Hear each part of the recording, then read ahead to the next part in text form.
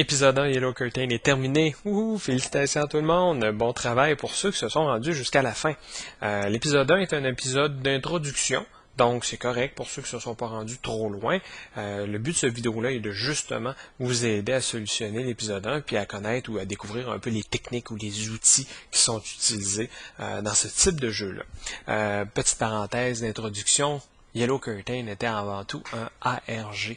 ARG signifie Alternate Reality Game. C'est essentiellement une histoire fictive qui se déroule, mais dans l'univers physique, dans le monde réel.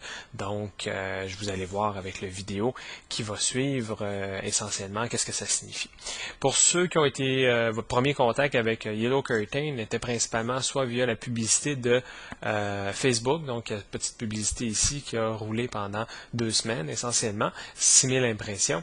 Le titre était Yellow Curtain épisode 1 et ceci est votre seul indice, bonne chance. Ou aussi certains walls ont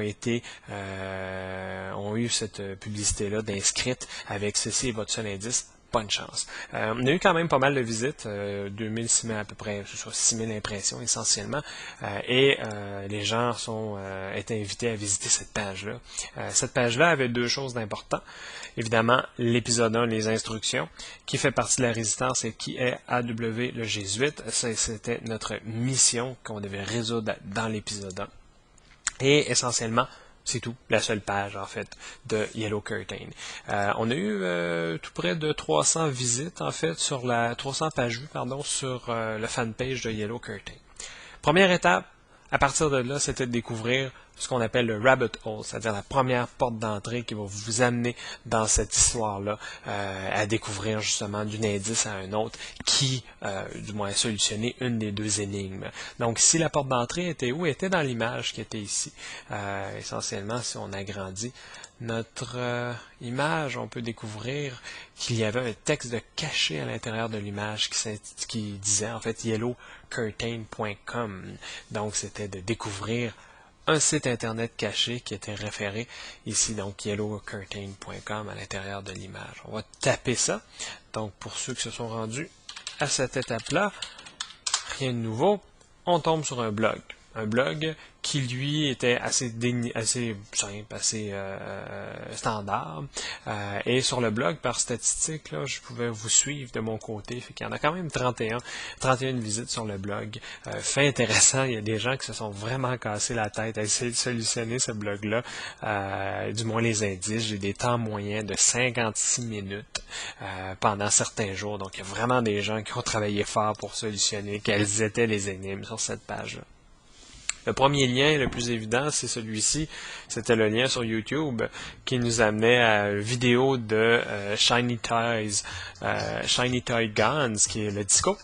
Ce vidéo-là, en fait, était un faux indice. Donc, essentiellement, si vous avez perdu du temps là-dessus, je suis désolé. Ça arrive dans les ARG des fois, des fausses directions, des mots, des faux indices, essentiellement, qui sont des cul-de-sac. Donc, il fallait en fait rester sur le blog ici et continuer à enquêter, voir quels étaient nos indices. Donc, le premier indice, souvent dans les ARG, vous allez découvrir ça, c'était de l'information secrète qui était cachée. Puis on peut voir ici qu'il y a un espace peut-être un peu plus grand à la fin du post ici versus l'espace qu'on a ici.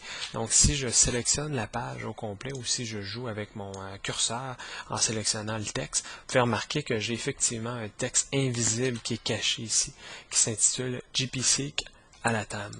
Donc, première étape, c'était de copier cet indice-là et de chercher qu'est-ce que ça signifiait dans Google. Donc, si on cherche dans Google, on a le premier résultat ici. On a nous, juste en dessous, mais on a le premier résultat ici qu'on peut cliquer pour aller visiter. Ça nous amène sur un site de stéganographie. C'est quoi la stéganographie? C'est une technique d'encryption qui est utilisée par des services secrets où on allège aussi que ça serait utilisé. On allège, mon Dieu.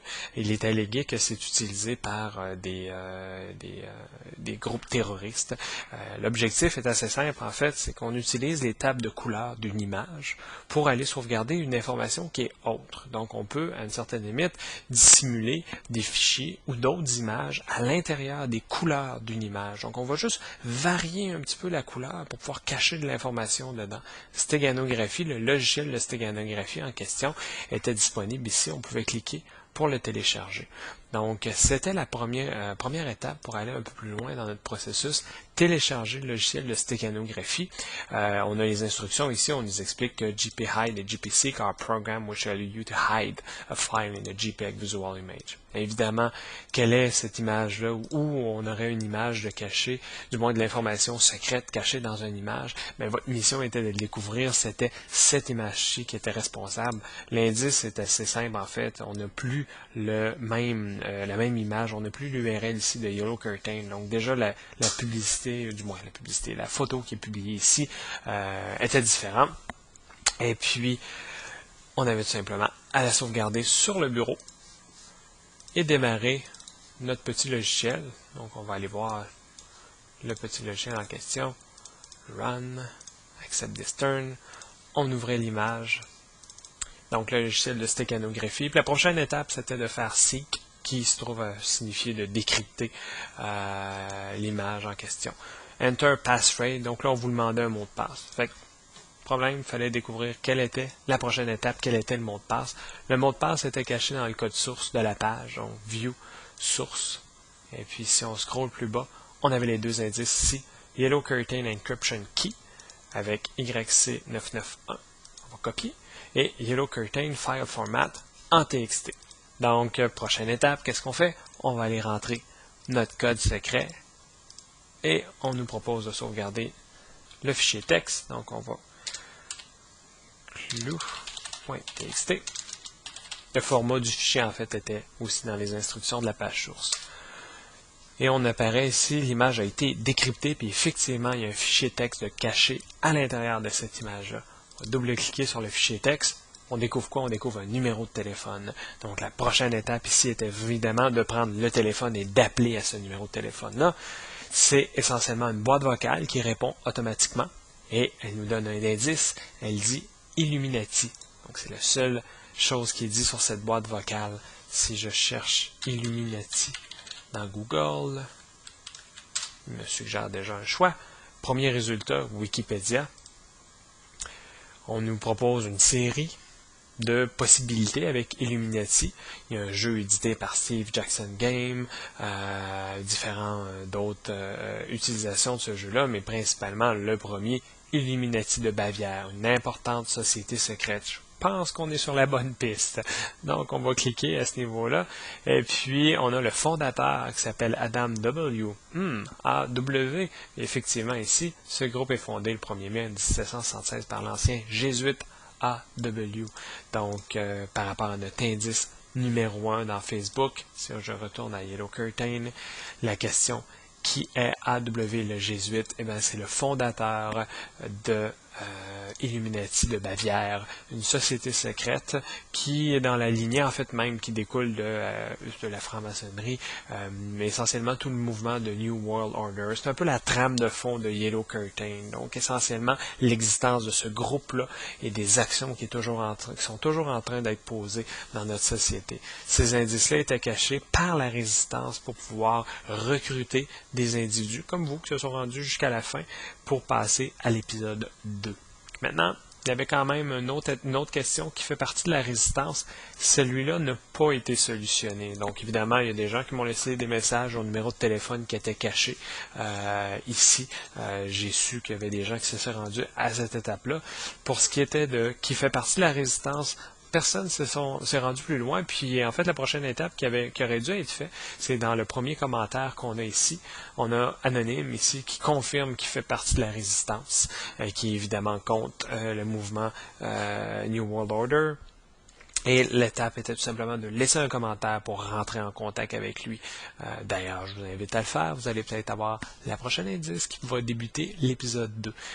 L'épisode 2 s'en vient bientôt.